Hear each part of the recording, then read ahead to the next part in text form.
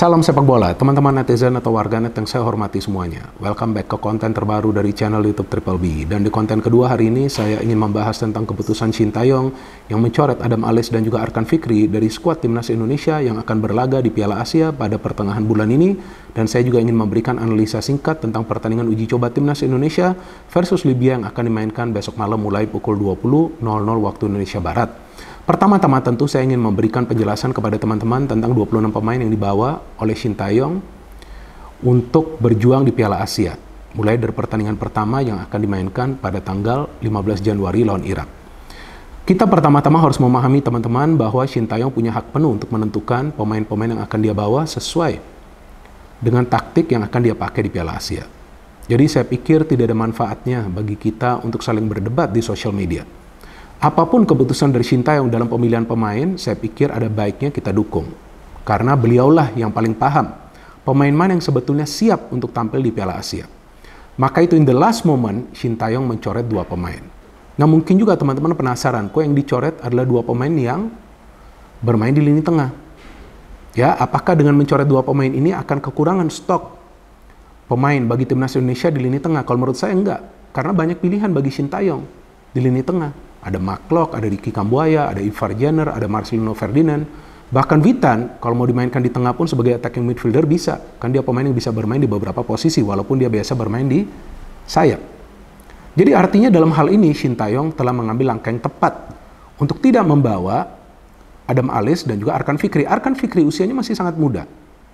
Memang dia adalah pemain yang punya potensi menjadi pemain yang hebat dan juga yang bisa berkontribusi bagi timnas Indonesia. Tapi untuk saat ini, belum waktunya bagi Arkan Fikri untuk bermain di level yang lebih tinggi lagi, yakni di level Asia. Saya masih ingat ketika dia bermain sebagai pemain pengganti lawan Irak, kacau banget mainnya.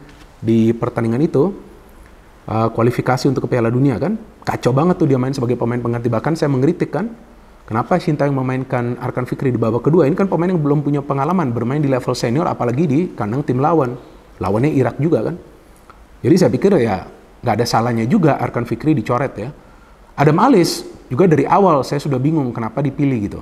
Ya walaupun seperti yang tadi saya katakan ya, ini kan haknya dari Shin Tae-yong.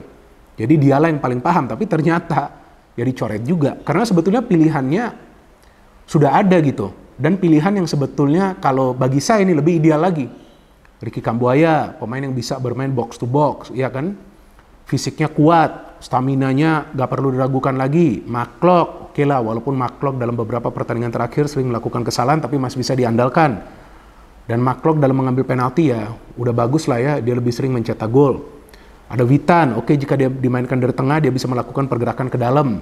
Bagus juga. Ada Marcelino, yang feeling saya akan diberikan kesempatan untuk tampil dari awal. Ya, karena Marcelino adalah pemain yang kreatif. Dan kita butuh Marcelino sebagai pemain yang bisa menyuplai bola dari tengah juga. Jadi permainan dari Indonesia tidak akan terfokus ke penyerangan yang akan dibangun dari kedua sektor sayap. Jadi jangan cuma main dari sayap. Dari tengah pun harus ada pemain. Ivar Jenner bisa juga akan dimainkan dari awal. Atau Ivar Jenner akan silih berganti bermain dengan Maklok. Mungkin Maklok dulu bermain dari awal. Karena Ivar Jenner juga kan usianya masih muda. Jadi pilihannya sudah banyak. So, gak ada salahnya juga bagi Shin Tae-yong untuk mencoret dua pemain ini. Tapi yang saya mengikuti perkembangannya di sosial media kan rame banget nih. Ya kan, wow udah dicoret nih. Dari Borneo FC nih udah gak ada pemainnya ya. Kalau menurut saya gak ada hubungannya juga sih dengan Borneo FC sih. Shin Tae-yong mengambil keputusan sesuai dengan kebutuhan dari tim. Arkan Fikri, wah ini pemain yang bagus, box to box midfielder. Iya betul pemain yang bagus, tapi untuk di level Asia menurut saya belum bisa dia. Belum waktunya bagi Arkan Fikri. Dan sudah ada pemain lain yang sebetulnya kelihatan sih lebih siap daripada Arkan Fikri. Ya, jadi dari 26 pemain yang dibawa ini memang ada beberapa pemain juga yang bisa bermain di posisi yang berbeda. Nah, ini kan bermanfaat juga bagi timnas Indonesia, seperti Sandy Walsh, dia bisa bermain di kanan, fullback kanan, dia bisa bermain di center back, dia bisa bermain juga di tengah. Justru saya harapkan kalau bisa Sandy Walsh dimainkan di tengah nanti sebagai salah satu pivot. Kalau mau mainnya sedikit bertahan nanti lawan Irak kan, apalagi nanti lawan Jepang ya. Terus di depan ada banyak sekali lo pilihan lo kita lo. Rafael Struijk, Dendi Sulistiawan, Dimas Derajat, Ramadan Sananta. Ya kan Hoki Caraka, 5 penyerang lo kita punya. Tapi ya sumber kreativitas itu harus ada di tengah. Nah, tengah ini sebenarnya sudah tercover. Ya saya gak yakin sih Ivar dan Marcelino akan turun secara bersamaan, tapi ya salah satu dari pemain ini harus turun. Lini tengah kita harus kreatif. Kalau gak kreatif, wah pasti kebaca permainan dari Indonesia. Di belakang sudah tercover. Kurang apa? Sudah bagus, Rizky Ridho. Ada juga Elkan Bagat, ada Wahyu Pras ya. Saya pikir bukan salah Wahyu Pras juga, itu yang ketika dia coba untuk intercept, terus pemain Libya dapat bola shooting, skor gak masalah juga. Secara overall permainan dia gak buruk. Terus ada juga Jordi Amat, ada juga Justin Hubner ya. Justin gak bisa disalahkan juga. Baru juga gabung dengan skuad di Turki ya, belum pernah bermain di timnas senior, langsung diberikan kesempatan bermain ya, mungkin komunikasinya juga belum jalan. Jordi Amat, ya itu dia kembali melakukan kesalahan, nggak ngerti juga, tapi ya kita harapkan nanti nggak terulang kesalahan ini. Jadi sudah cukup tercover ini. Di lini pertahanan juga kiper, kita ada 3 kiper yang bagus juga, tentu Hernando Ari yang kemungkinan akan menjadi starter, atau juga Syarul. Syarul not bad juga performanya lawan Libya. Jadi ini 26 pemain yang dibawa oleh Shin Tae-yong adalah pemain-pemain yang memang sudah dia analisa dan siap untuk tampil di Piala Asia. Jadi saya pikir gak ada gunanya juga jika sebagian besar dari teman-teman yang memperdebatkannya ya di sosial media, bahkan ketika kalah lawan Libya banyak dari teman-teman yang menganalisa bahwa seharusnya ada Lili Pali ya. Lili Pali kan sudah tidak masuk ke skuad. Ya kan buat apa lagi memberikan analisa seperti itu. Jadi ya mungkin kalau mau dibandingkan dengan pemain lain, mungkin pemain lain yang tidak dimainkan oleh Shin Tae-yong gitu.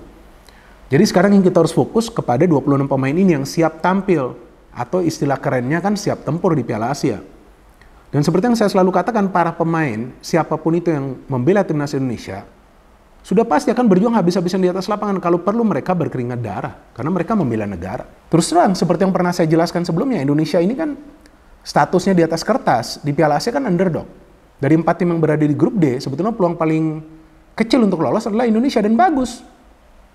Kalau dianggap sebagai tim underdog, bagus. Biar para pemain gak punya beban yang besar.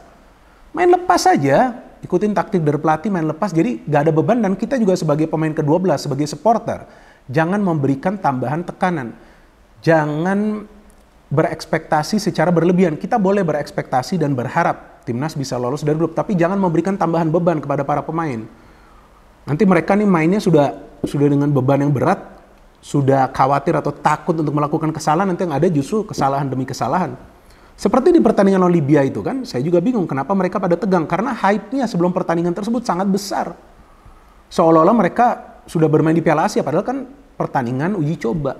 Nah sekarang untuk pertandingan jilid kedua, ya seperti yang pernah saya jelaskan sebelumnya dan berkali-kali ketika saya menjelaskan tentang pertandingan uji coba timnas Indonesia, bahwa di uji coba memang hasil akhir bukan prioritas, cara bermainnya ini harus rapi.